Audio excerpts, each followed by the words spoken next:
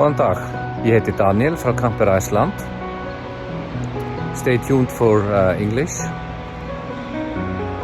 Í þessu myndbandi ætla ég að kenna ykkur að nota þennan splunkunýja camper sem við erum að flytja heim til Íslands núna á árinu 2021 frá fyrirtækinu Wohnmobil Center í Þýskalandi.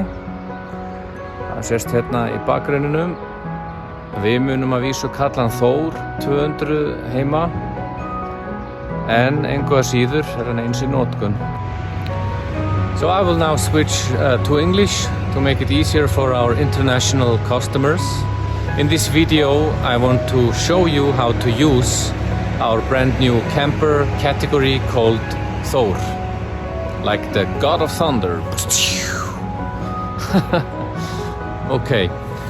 Little bit of humor is also good in the morning. I am situated in Switzerland. Behind me you can see the lake Vierwaldstätter See. As many of you know, I am half Swiss, and so we import these campers to Switzerland. They are called Voka, which means Volkskabine in German. In Iceland we will call this category Thor 200, like the God of Thunder that I just mentioned. In this video I want to show you how to use this wonderful brand new camper.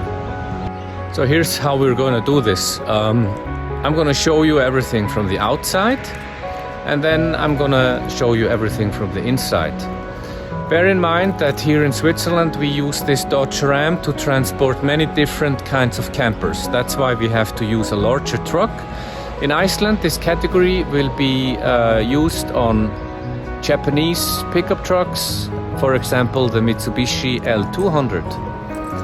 Very economical and nice car, and he can carry this beautiful camper without any problems.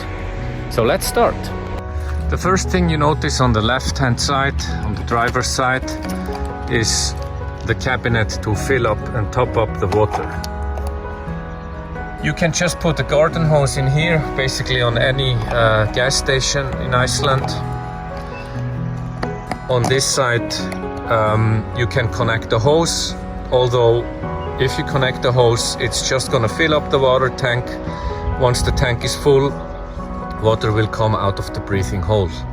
The capacity of this water system is 40 liters, everything in metric of course.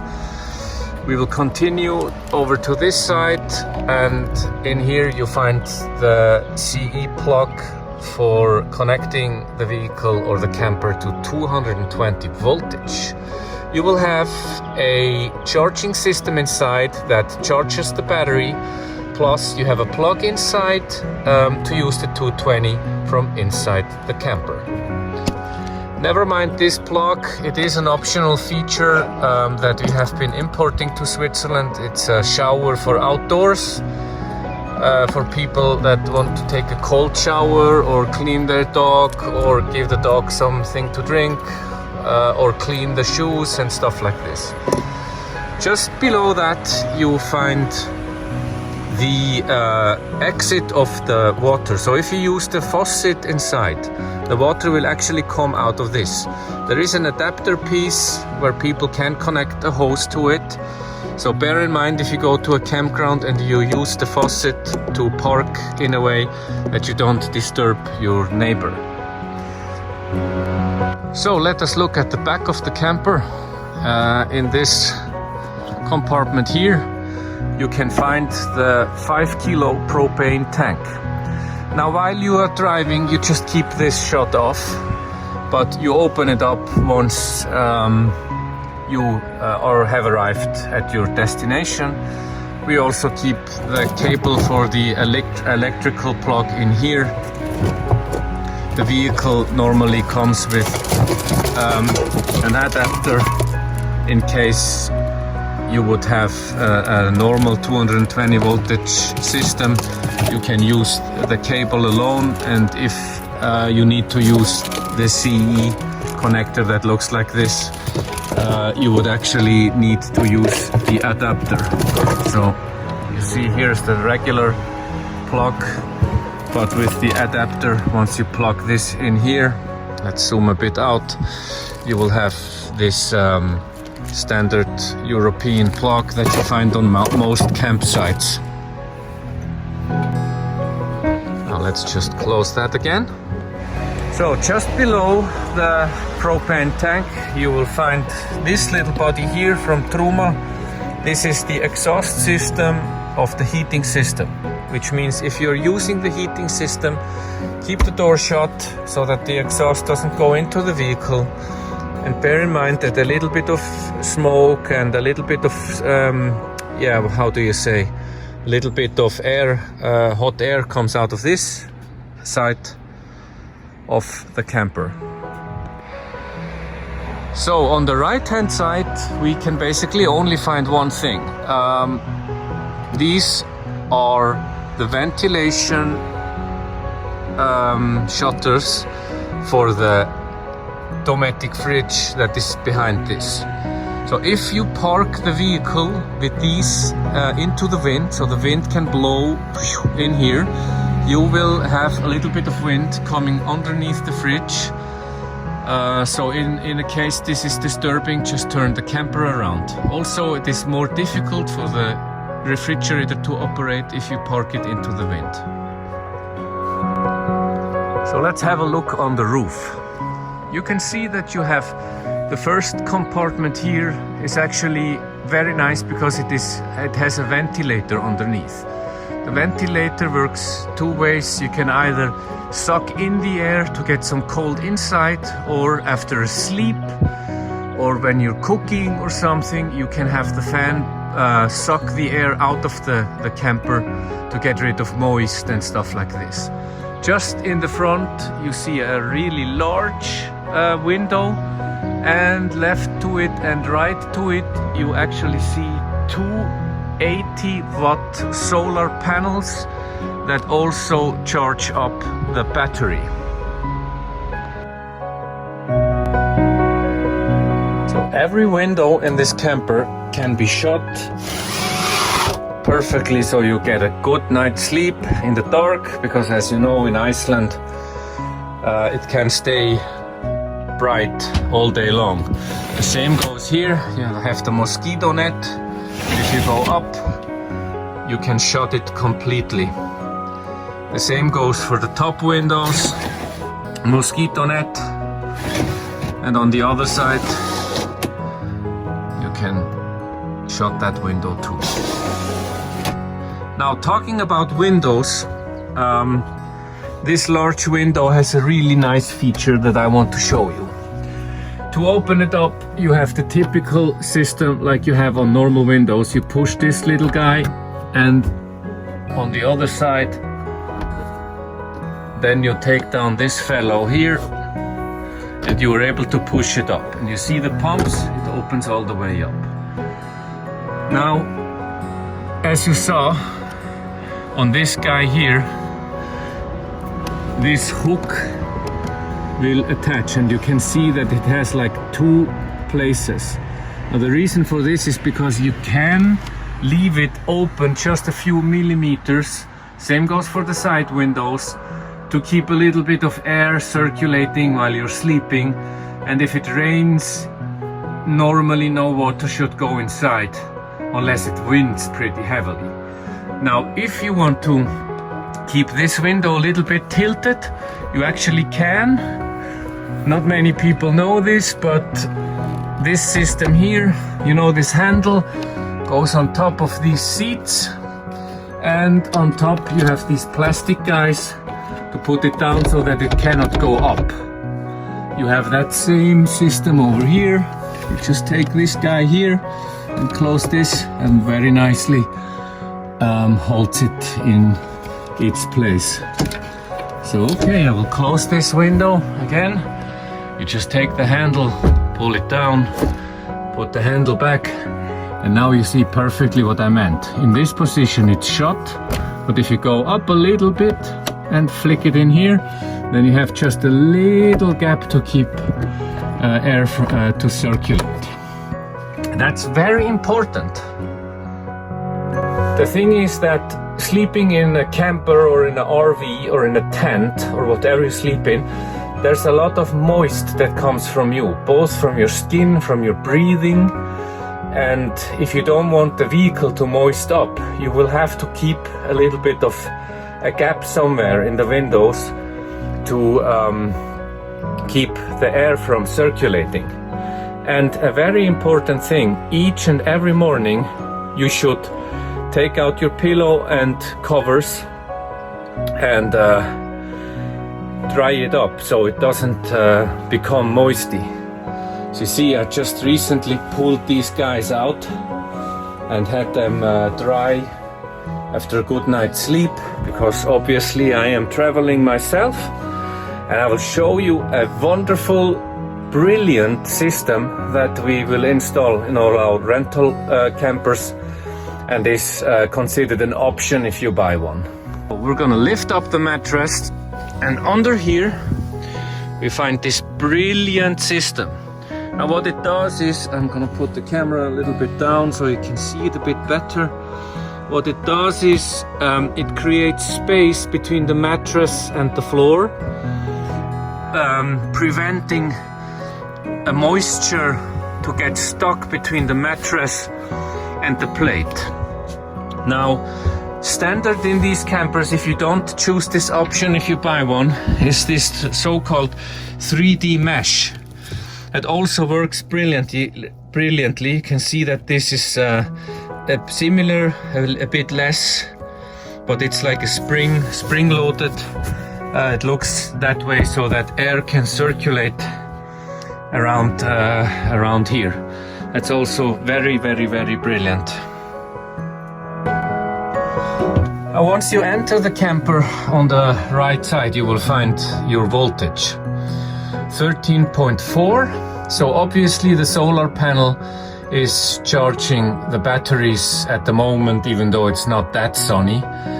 You have two buttons. One is to activate the blue color. It's difficult to see it now on this handle here outside. There's a bit of blue LED on that one, and the other one makes it pretty bright inside of the camper. You can see here's a light, and here are two lights. Now, other lights, like the lights above the bed, you can operate those just from up here. The reason, obviously, that you don't have to stand up to turn up the light and then walk all the way up into the room in the dark. Another really clever feature that they have installed over at the Wohnkabinen Center is the Truma heating system is located on next to the bed, and the little sensor is up here. The reason for this is normally also in the American campers that we have been renting, the heating system is somewhere below the kitchen down here, and if you put that on 20 degrees Celsius and you go to sleep, you notice that up in the bed you will have probably 25 degrees or more. So that has been solved by using this system here. This is the more advanced Truma system. You basically push the button. You can see that you can turn on ventilation only, or you can use the thermostat and tell this guy how hot you want it to be. Now it's turned off, and now you can just turn off the Celsius, and let's say you want it to be 21 degrees, then you hit the switch again and it stays that way. To deactivate it, you simply turn it off again, click the switch, it blinks. There's a clock setting. You can also enter the time when you want this unit to work. This is a brilliant system. So you just put in 20 degrees or 21 degrees, and the rest is solved by the system itself. A little joke around us outdoor freaks, we say that if you need a heating system beyond 0 degrees Celsius, you shouldn't probably be camping. Well, that's just a joke. Some people like to turn this on when it's 10 degrees or 15 degrees. That's entirely up to you. A really nice feature also is, you can see here is a little pocket to put your cell phone or some kind of little device. And once you turn the lid away, remember to turn it away, not to lift it up. Here you have two USB connectors. So if we move a little bit further, the same system here, I'm gonna show you with the finger.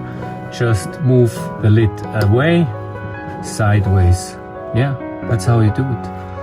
If you pull it, you probably break it off. The upper bed is over 2 meters long, 205, and the width is 140 centimeters.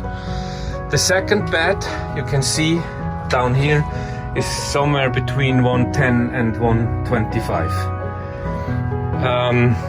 It can be changed into a bed by taking this larger table and mounting it down here, over here, just like the little tables are over here. The little tables can of course be removed if you want that, rather than having it. I have seen that many people also like to use the table to create the bed, to just sit on it and read a book, etc. before actually going upstairs to sleep. These are the two beds, and I'm now quickly going to show you how you change it into a bed. So the first thing you want to do is to lift up the table, and then you can see this gray guy. When I put the table down, it disappears, then it comes up. This is the sign that it's not fixed anymore, so you can basically take it away like this. The next thing that you're gonna do is pull this guy back and put the leg towards the table, so that is out of the way, and as you can see, it stays this way. So you also have to push this button again once you want to use it as a table.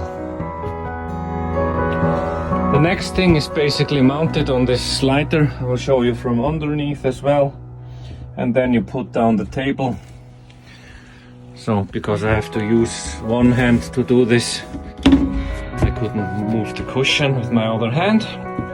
Now you've basically made the bed. Now all you need to do is take these pillows in between, and you can take these guys off like this, put them here, and you will notice that there will be a little bit of a gap. That's why these little guys, 3 of these, are in the closet to put in between. You can make a full bed. Let me just show you how this is done. I normally put these little guys over here, so they are out of the way.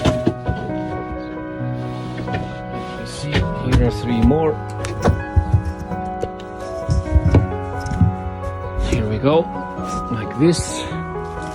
Let's take. Sorry for that. Last few pushes. And now you have a really nice large bed to either sit on and read a book. So nice. And you have these beautiful big windows.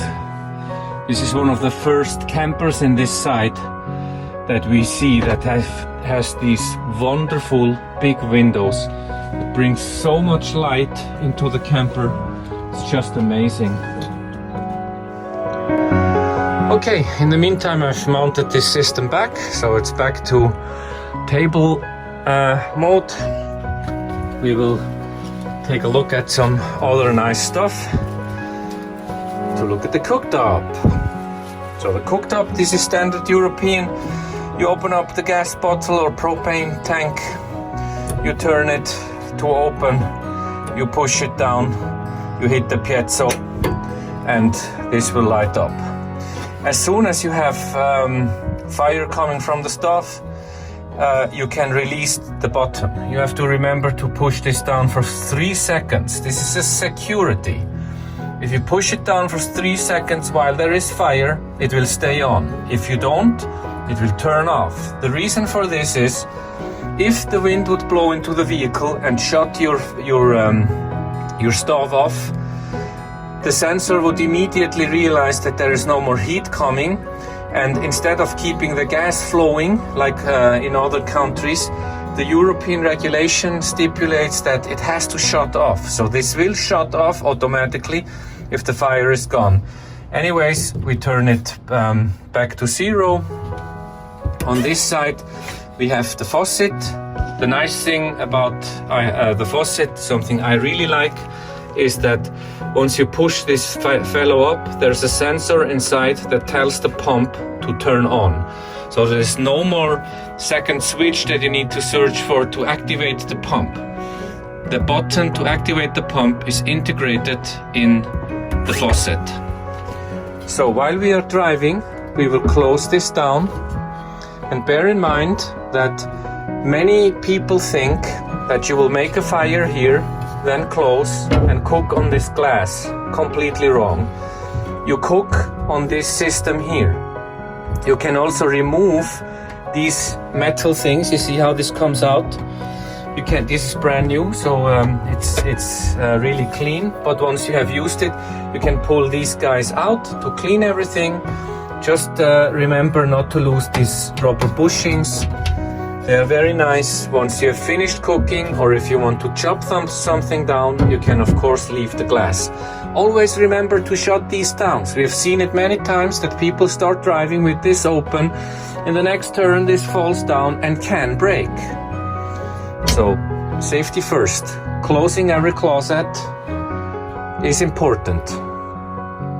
Another nice view around the camper before I go ahead and explain the refrigerator. Lots of storage. Talking about storage, underneath the table in here you find the portable toilet. If you want to have that with you, you can have it with you. Underneath all these guys there is space. Same on the other side, there is more space. There is more space underneath these guys. Under there is the battery and stuff like that, so that cannot be opened. So you have a lot of storage. So this is the refrigerator. It opens really easily. On this side, nice blue LED inside. You can see I only carry water with me at the moment. There is also a place for the freezer. We haven't even removed these things. This is probably to create ice cubes. Very nice system. And here you basically just turn this fellow to 3 is enough, or if you want to freeze almost everything, you put it to 7, and the fridge starts immediately. Now this fridge, and the beauty of it, is 12 volt only, which means you have no more issues with gas, no more a pilot behind the fridge that can turn off while you drive and stuff like that. You just turn this on and you stop thinking about it because it's 12 volt. Now, to explain how this works, I have removed the cushion and removed this plate, and I want to tell you a little bit about this mechanism in here. First off, you have the fuses for the 220 voltage, and you also have the fuses for 12 volt stuff. Over here you have the charging booster for the 12 volt. This system, this is kind of brilliant. The thing is that modern vehicles do not charge the battery fully anymore. Now, that is done to save fuel and be more economical. But this is a problem for campers, because if you don't charge the battery fully, you don't have the full power, and also the battery can lasts shorter than if this really charges up the battery to 100%. That's why in these vehicles we have this booster. It basically takes the 12 volt from the front battery, the ground, and it creates the full 14.7 volt to charge up the battery 100%. Over here we have the beautiful trigger mechanism that basically tells this system only to withdraw energy if the vehicle is running. So this is a 30 ampere hour loading system, which means you have a 100 ampere hour battery. You will probably use 30 or 60 per night, which means you can then just start up the vehicle and 2 hours later it is fully charged. That is if you wouldn't have any solar energy, which means I've been using this camper for 2 days straight and it stood at the same place, and just with the solar energy, my solar power stayed between 90 and 95%. So you see, the solar panel is basically doing everything for me, and this additional charging system is just an extra. It's really nice, it charges up the battery, and of course also if you plug the vehicle in at a campsite, it would charge the battery in the back of the camper. Now over here you have the solar regulator. It is creating 12.9 voltage at the moment, 3 kilowatts per hour, so it is actually charging. Let's take a look outside. You can see it's not really sunny, it's a bit cloudy today. It's just so beautiful, this place. I love it. Okay, but back to the solar panel. It is charging. Now it's down to 0 ampere, which means it's not charging. So you see, it is kind of as the solar panel are built to only work if the sun is shining. Let me show you another extra that will probably not be in our rental vehicles, but it is available as an extra if you want to buy one of these campers from us.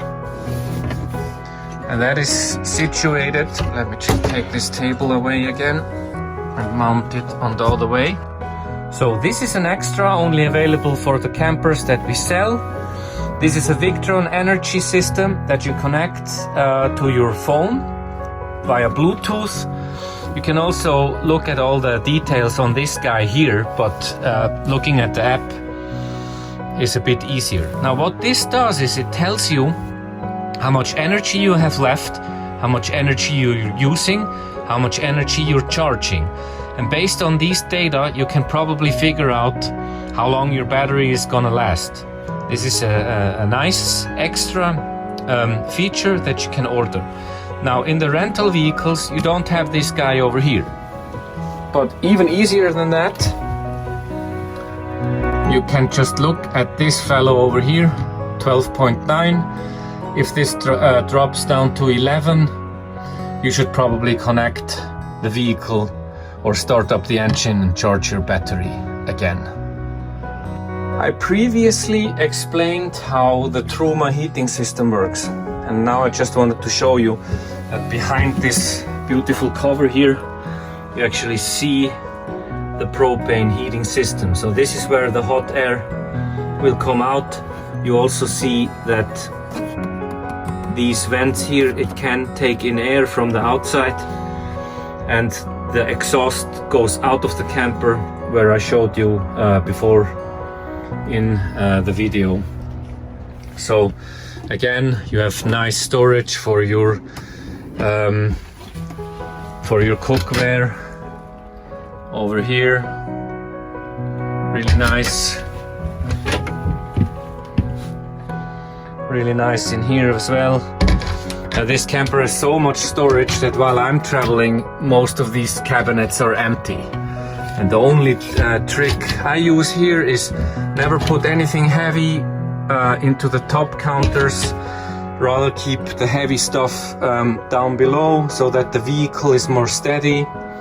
And always check before leaving a campsite or leaving any site after being inside of the camper that nothing is on top of anything, everything is closed, etc. If you forget to do that, the same will happen to you like happened to me. I forgot this little radio on the bed. Once I came into the camper, I found it on the floor. The antenna was bent. I actually bent it back. But stuff like this will happen. Your things will break. So in my world, it's my own fault that this can happen. Now there's another thing I want to show you when it comes to the fridge. Just pulled out these covers. These are called winter covers for the fridge. I will just show you how they work. So you remember probably seeing these guys. This is the ventilation of the fridge located on the right side of the vehicle. And now I want to quickly show you what these covers are doing. You can basically mount them on the top here.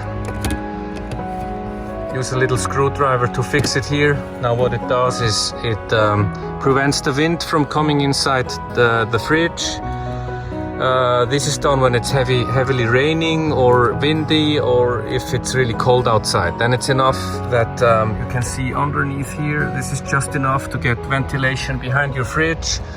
In the summertime when it's really hot, you of course need to take these away to get more air behind your fridge. There are two covers, one for the lower vent and one for the upper vent. That's what these guys are for. So this is basically everything I can tell you about the camper. One last thing though. Before leaving a campsite, I always check everything. Check the tire pressure. Check if all the windows are closed. Check the whole thing. So I will take a little bit of a circle with you to check everything I need to check. And then I'll continue my journey through Switzerland in the brand new camper. Here in mid-Europe, we fixed the campers with this really strong system inside of the truck. This is mainly done because in Switzerland and Germany you are not allowed to have anything stick out of the sides. But in Iceland we are allowed to do that and fix the campers with chains. Here you just use the straps, they're strong enough. So I go around checking if these fellows are tightened like you would do with the chains. Then I check the door. Okay, that's locked. Gas locked. Here on the side everything is closed. Windows are closed. Tire pressure is good. Everything is fine. This is fine. Okay, perfect. So I'm ready to hit the road. I checked everything like I showed you. Now the next thing I will do is check if I have enough propane left, and I will fill up the truck so that I can have an early start to my next adventure without wondering if I have enough. And here's my dog. Hi Fendri Solver. Hi Katlin min. Yeah, my dog enjoys traveling around Switzerland with me. And in that sense, I say thank you very much for watching this video. Stay tuned, like the video so that we get a bit more views, and subscribe to our channel. We will put more footage with tips and tricks, how to use our vehicles, etc. And as soon as the campers are in Iceland, they're being shipped in a few days, we will of course make videos with the Icelandic scenery in the back. I say goodbye from Switzerland. Have a nice one. Bye guys.